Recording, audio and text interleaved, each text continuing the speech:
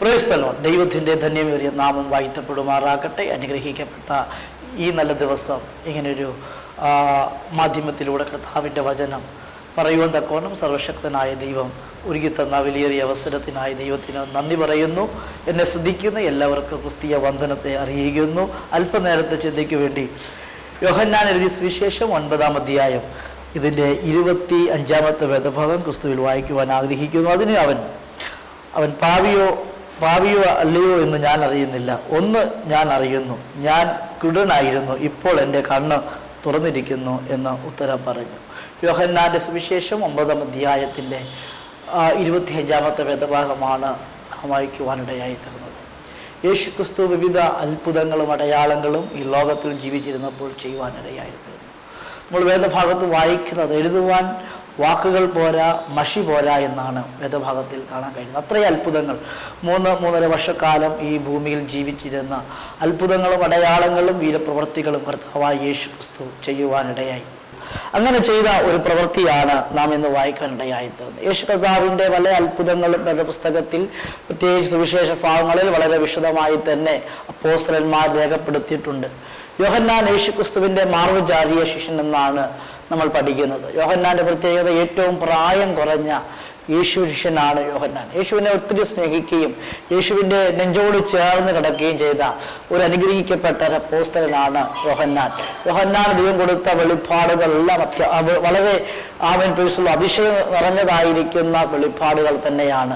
ഒരുപാട് കാര്യങ്ങൾ ഈ യോഹന്നാൻ സുവിശേഷങ്ങളിലൂടെയും ലേഖനങ്ങളിലൂടെയും വെളിപ്പാട് പുസ്തകത്തിലൂടെയും യോഹന്നാൻ നമുക്ക് നൽകുന്നുണ്ട്.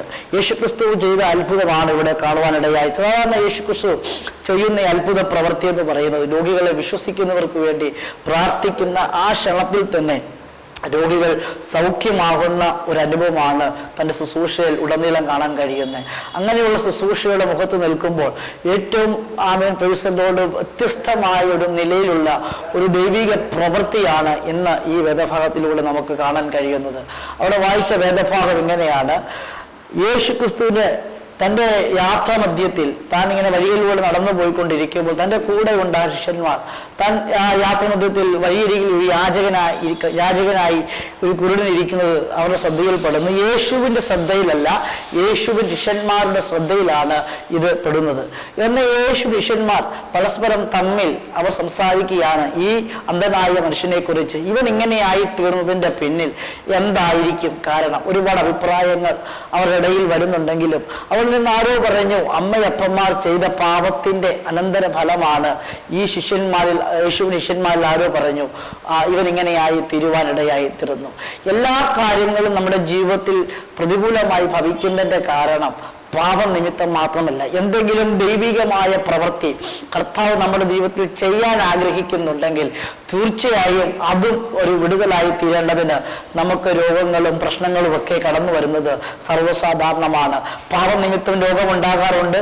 എങ്കിൽ പോലും ദൈവത്തിന്റെ പ്രവൃത്തി വ്യക്തമായ നിലയിൽ നമ്മുടെ ജീവിതത്തിൽ വെളിപ്പെടേണ്ടതിനും കൂടി ദൈവം ഇങ്ങനെ നമുക്ക് അവസ്ഥകൾ വരുന്നത് സർവ്വസാധാരണമാണെന്ന് ഇന്ന് പകൽക്കാലം അല്ലെങ്കിൽ ഇന്ന് ഈ ദിവസം നിങ്ങൾ ശ്രദ്ധിക്കേണ്ടത് ആവശ്യമാണ്. ഇവിടെ കാണാൻ കഴിയുന്നത് ഈ ശിഷ്യന്മാർ പറയുന്നത് ശ്രദ്ധിക്കുകയും ശിഷ്യന്മാരുടെ വാക്കുകൾ ശ്രദ്ധിച്ച് യേശു ആ കുരുടനെ, ആ അന്ധനെ കർത്താവിന്റെ അരികിലേക്ക് കൊണ്ടുവരാൻ ആവശ്യപ്പെടുകയും ചെയ്യുന്നു. അങ്ങനെ ശിഷ്യന്മാർ യേശുവിന്റെ വാക്കനുസരിച്ച് ആ കുരുടനെ തന്റെ അരികിലേക്ക് കൊണ്ടുവരുന്നു. അനുഗ്രഹിക്കപ്പെട്ട നിലയിൽ യേശുക്രിസ്തു അവനോട് സംസാരിക്കുന്നു. എന്നിട്ട് യേശുക്രിസ്തു ചെയ്ത പ്രവൃത്തി എന്ന് പറയുന്നത് താൻ നിലത്ത് തുപ്പി അത് ചേറുണ്ടാക്കി അവന്റെ കണ്ണിൽ പുരട്ടുകയാണ്. ഇതുവരെയും യേശുക്രിസ്തുവിന്റെ അത്ഭുതങ്ങൾ നമ്മൾ വീക്ഷിച്ചു കഴിഞ്ഞാൽ നിരവധി കുരുടന്മാരെയാണ് കർത്താവ് സൗഖ്യമാക്കിയത്. നമ്പർ ഓഫ് കുരുടന്മാരെ കർത്താവ് സൗഖ്യമാക്കുവാനിടയായത്. എണ്ണമില്ലാത്ത രോഗശാന്തിയാണ് കർത്താവ് ശുശ്രൂഷയിൽ ചെയ്തത്. കൃത്യമായി പറയുവാനോ എഴുതുവാനോ രേഖപ്പെടുത്തുവാനോ കഴിയാത്ത നിലയിലുള്ള അത്ഭുതങ്ങൾ ചെയ്ത കർത്താവ് തന്നെ വിശ്വസിച്ച രോഗികളെ തൊട്ട് സൗഖ്യമാക്കി. നിരവധി കുരുടന്മാരെ, മുടന്തരെ, ചെകിടരെ, ഭൂതസ്ഥരായിട്ടുള്ളവരെ തൊട്ട് സൗഖ്യമാക്കിയ കർത്താവ് ഇവിടെ ചെയ്ത പ്രവൃത്തി വളരെ വ്യത്യസ്തമാണ്. വ്യത്യസ്തമാണ്. നമ്മൾ പലപ്പോഴും ദൈവിക പ്രവൃത്തിയെ കാണുന്നവരാണ്. കാണുമ്പോൾ തന്നെ നമ്മൾ ചിന്തിച്ചു തുടങ്ങും, ദൈവം എന്നെ എങ്ങനെ പ്രവർത്തിക്കണം, ദൈവം എനിക്ക് ഇങ്ങനൊരു വിടുതൽ നൽകണം, ദൈവം എനിക്ക് ഇങ്ങനൊരു സൗഖ്യം നൽകണം, ദൈവം ഈ നിലയിൽ എന്നെ വിടുവിച്ചാൽ നല്ലതായിരിക്കും എന്നുള്ള വിശ്വാസത്തിലാണ് നമ്മൾ ഓരോരുത്തരുമായിരിക്കുന്നത്. എന്നാൽ ദൈവം എപ്പോഴും പ്രവർത്തിക്കും നമ്മുടെ ഇഷ്ടത്തിനോ നമ്മുടെ ചിന്തയ്ക്കോ കാലങ്ങളായി കടന്നു വന്നിരിക്കുന്ന പാറ്റേൺ അനുസരിച്ച് മാത്രമല്ല. ദൈവത്തിന്റെ ഹിതം ഒരിക്കലും വ്യക്തമായി നമുക്ക് മനസ്സിലാക്കാൻ പറ്റുന്നതല്ല. എങ്കിലും നമുക്കിവിടെ കാണാൻ കഴിയുന്നു വ്യത്യസ്തമായ ഒരു സൗഖ്യ രീതി, വ്യത്യസ്തമായ ഒരു വിടുതൽ രീതിയാണ് കർത്താവ് ഇവിടെ ചെയ്യുവാനിടയായത്. എങ്ങനെയാണ്? ആ നിലത്ത് തുപ്പി ചേറുണ്ടാക്കി ആ കുരുടന്റെ കണ്ണിലേക്ക് പുരട്ടുകയാണ്. എന്നിട്ട് കർത്താവിനോട് പറഞ്ഞു കൊടുക്കുന്ന ഒരു ടാസ്ക് ഉണ്ട്. ഇവിടുന്ന് നീ കിലോമീറ്ററുകൾ നടന്ന് ഷീലോഹ കുളത്തിൽ ചെന്ന് നിന്റെ മുഖം കഴുകണം. ഒരു കുടിനെ സംബന്ധിച്ചോളം അവന് യാത്ര ചെയ്യുക എന്നുള്ളത് പ്രയാസമാണ്. പ്രത്യേകിച്ച് കുടന്മാർക്ക് ഒരാളുടെ സഹായമില്ലാതെ റോഡുകളിലൂടെ സഞ്ചരിക്കുവാൻ കഴിയുന്നതല്ല.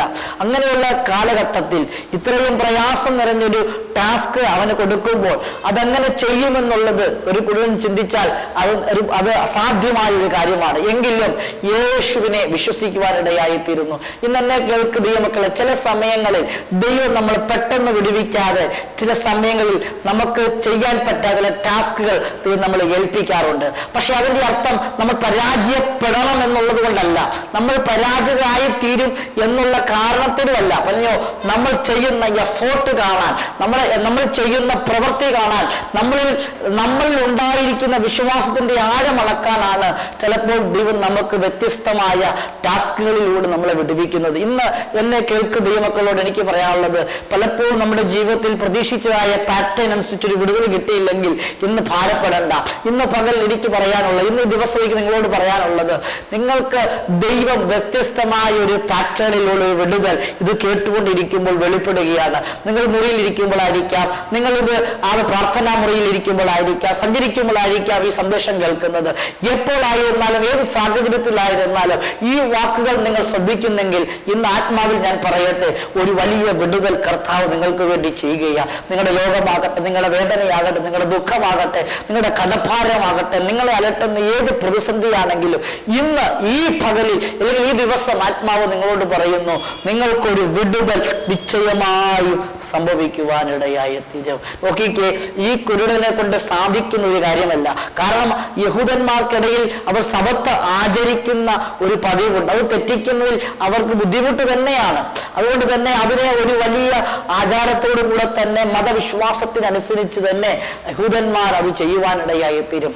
യേശു ക്രിസ്തു ഇവന് കൊടുക്കുന്ന ഈ ടാസ്ക് എന്ന് പറയുന്നത് തിങ്കളാഴ്ച ചൊവ്വാഴ്ച എന്നല്ല, പിന്നെയോ ഒരു എന്താ പറയുന്ന ആ ദിവസമാണ്. ഏത് ദിവസമാണ്? ശബത്ത് ദിവസമാണ്. ശബത്ത് ദിവസത്തിന്റെ പ്രത്യേകത, ആരും സഹായിക്കില്ല. ഒരു വിറകൊടിഞ്ഞു വീണാൽ അത് എടുത്തു മാറ്റാൻ പോലും മടിയുള്ള ദിവസമാണ് ശബത്തിന്റെ പ്രത്യേകത. അങ്ങനെയുള്ളപ്പോൾ ഈ കുരുടൻ വഴിയിലൂടെ നടന്നു പോയാൽ ആരും സഹായിക്കത്തില്ല. ഇവൻ വീണാൽ ഇവനെ ആരും താങ്ങത്തില്ല, പ്രത്യേകിച്ച് യഹൂദന്മാര്. അങ്ങനെയുള്ള സാഹചര്യത്തിലാണ് കർത്താവ് പറയുന്നത്, നീ വീരാം, പക്ഷെ നീ ഈ ടാസ്ക് പൂർത്തീകരിക്കണം. ദൈവമക്കളെ, എന്നെ കേൾക്കുന്ന ദൈവമക്കളോട് എനിക്ക് പറയാനുള്ള ഒരു സന്ദേശം, നിങ്ങൾ വീണുപോയെന്ന് വരാം, നിങ്ങൾ പതറിപ്പോയെന്ന് വരാം, നിങ്ങൾ വിജയിക്കുമോ എന്ന് സംശയിച്ചു പോയെന്ന് വരാം. പക്ഷെ ഇന്ന് എന്നെ കേൾക്കുന്ന നിങ്ങളോട് എനിക്ക് പറയാനുള്ളത്, ദൈവം നിങ്ങളെ അയച്ചിട്ടുണ്ടെങ്കിൽ, ദൈവം നിങ്ങളെ ഏൽപ്പിച്ചിട്ടുണ്ടെങ്കിൽ, നിങ്ങൾ വിശ്വസ്തയോടെ മുന്നോട്ട് പോയാൽ തീർച്ചയായും ദൈവം നിങ്ങളെ മാനിക്കുവാനിടയായി തീരും. ഈ സന്ദേശം കേൾക്കുന്ന ഏവരോടും എനിക്ക് പറയാനുള്ളത്, നിങ്ങളെ ദൈവം മാനിക്കുവാനിടയായി തീരും. നിങ്ങൾ ശൂന്യമായി തീർന്നുവെന്നോ, നിങ്ങൾ പരാജയപ്പെട്ടു പോയെന്നോ, നിങ്ങളെ ആരും സഹായിക്കാനില്ലെന്നോ, നിങ്ങളെ ആരും താങ്ങാനില്ലെന്നോ, നിങ്ങൾക്ക് ആരുമില്ലെന്നുള്ള പ്രയാസമാണോ നിങ്ങളെ അലട്ടുന്നത്? ഇന്ന് പകൽക്കാലം അനാഥർക്കും വിധവയ്ക്കും കൂട്ടായി ദൈവമുണ്ട്. എങ്കിൽ ഇന്ന് ഈ പകൽ അല്ലെങ്കിൽ ഈ ദിവസം എന്നെ കേൾക്കുന്ന ദൈവമക്കളോട് എനിക്ക് പറയാനുള്ളത്, നിങ്ങൾക്ക് കൂട്ടായി ദൈവമുണ്ട്. ദൈവം നിങ്ങളെ ഏൽപ്പിച്ചിരിക്കുന്നത് നിങ്ങളിലൂടെ തന്നെ ദൈവം അത് ചെയ്തെടുക്കാൻ മതിയായവനാണ്. ഏത് ഭാരങ്ങൾ നിന്നെ അലട്ടിയാലും, ഏത് വേദന അലട്ടിയാലും, ആരും നിന്നെ സഹായിക്കാനില്ലെങ്കിലും, സങ്കീർത്തനക്കാരന്റെ ഭാഷയിൽ പറഞ്ഞാൽ, ഞാൻ എൻ്റെ കണ്ണ് പർവ്വതങ്ങളിലേക്ക് ഉയർത്തുന്നു, എനിക്ക് സഹായം എവിടെ നിന്ന് വരും? ഒരു ചോദ്യമാണ്. എന്നെ ആര് സഹായിക്കും? എവിടെ നിന്ന് എനിക്ക് സഹായം വരും? ഈ ലോകത്തിൽ എന്നെ സഹായിക്കാനോ എനിക്ക് വേണ്ടി സഹായം ഒഴുക്കാനോ ഒരു പ്ലേസ് ഇല്ല, ഒരു വ്യക്തിയില്ല. പക്ഷെ അവിടെ കാണാൻ കഴിയുന്നത് അടുത്ത വാക്യത്തിൽ, എനിക്ക് സഹായം വരും. അതാരും ചെയ്തില്ലെങ്കിലും ആര് സഹായിച്ചില്ലെങ്കിലും ഞാൻ വിശ്വസിക്കുന്ന എൻ്റെ കർത്താവിൻ്റെ സന്നിധിയിൽ നിന്ന് എനിക്ക് തീർച്ചയായും സഹായം വരും. ഇന്ന് എന്നെ കേൾക്കുകയും മക്കളെ, നിന്നെ ആര് സഹായിക്കുന്നില്ലെന്നുള്ള ഭാരം നിന്നെ വേട്ടയാടുന്നു. നിന്നോടാണ് ആത്മാവ് സംസാരിക്കുന്നത്. നിന്നെ സഹായിക്കാൻ ദൈവം മതിയായവനാ. നിന്നെ സഹായിക്കാൻ ദൈവം മതിയായവനാ. ഈ ലോകത്തിലെ ശക്തികൾക്കോ, ഈ ലോകത്തിലെ ധനവാന്മാർക്കോ, ഈ ലോകത്തിലെ മത നേതാക്കന്മാർക്കോ, രാഷ്ട്രീയ നേതാക്കന്മാർക്കോ നിന്നെ സഹായിക്കാൻ പറ്റിയില്ലെങ്കിൽ നിരാശപ്പെടേണ്ട.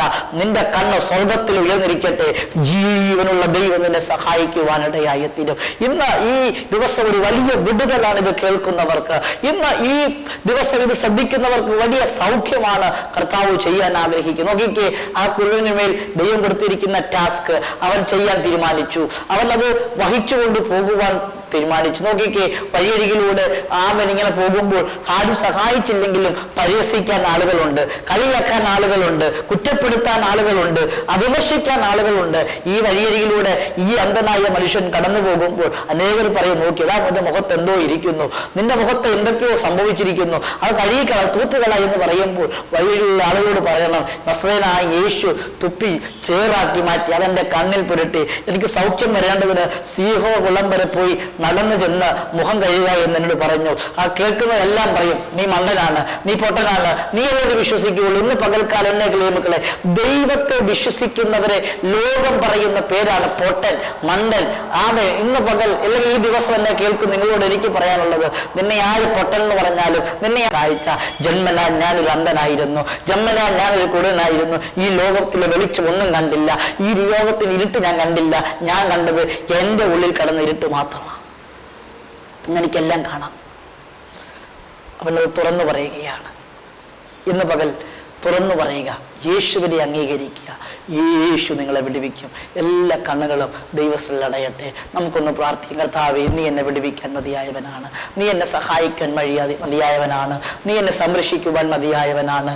ആ കുരുടനായി ഞാൻ നിൽക്കുന്നു. ഇന്ന് എൻ്റെ കണ്ണ് തുറന്ന ദൈവമേ, ഞാൻ വിശ്വസിക്കുന്നു, എൻ്റെ എല്ലാ കുറവുകളും ക്ഷമിച്ച് എന്നെ വിടുവിക്കും. ഇന്ന് നിങ്ങൾക്കൊരു വിടുതലുണ്ട്, നിങ്ങൾക്ക് ഇന്നൊരു സൗഖ്യമുണ്ട്, ഇന്ന് നിങ്ങൾക്കൊരു ആശ്വാസമുണ്ട്. ഇന്ന് ഈ സന്ദേശം കേട്ട് കഴിയുമ്പോൾ ഞാൻ വിശ്വസിക്കുന്നു ഒരു വലിയ അത്ഭുതമായി മാറും. എല്ലാ കണ്ണുകളും ദൈവസ്ഥലട്ടെ. കർത്താവെ, ഞങ്ങൾക്ക് ഒന്നിച്ച് ദൈവവചനം ചിന്തിക്കുവാനിടയായല്ലോ. വിവിധയിടങ്ങളിൽ നിന്ന് ദൈവശബ്ദം കേൾക്കുന്ന എല്ലാ ദൈവമക്കൾക്കായി സ്തോത്രം. ഒരുപോലെ ദൈവം അനുഗ്രഹിക്കണമേ. അവരുടെ വിഷയങ്ങൾ, അവരുടെ ഭാരങ്ങൾ, അവരുടെ പ്രയാസങ്ങൾ എന്തുമാകട്ടെ, ഈ മാധ്യമത്തിലൂടെ, ഈ ശബ്ദ മാധ്യമത്തിലൂടെ, ഈ ദൃശ്യമാധ്യമത്തിലൂടെ ഞങ്ങളെ ശ്രദ്ധിക്കുന്നവർക്ക് ഒരു വലിയ വിടുതലുണ്ടാകണം. ഓൺലൈനിൽ ഞങ്ങളെ കാണുന്നവർക്ക് വിടുതലുണ്ടാവണം. അവരുടെ വിഷയങ്ങൾ ഞങ്ങൾ ഏൽപ്പിച്ചിരുന്നു.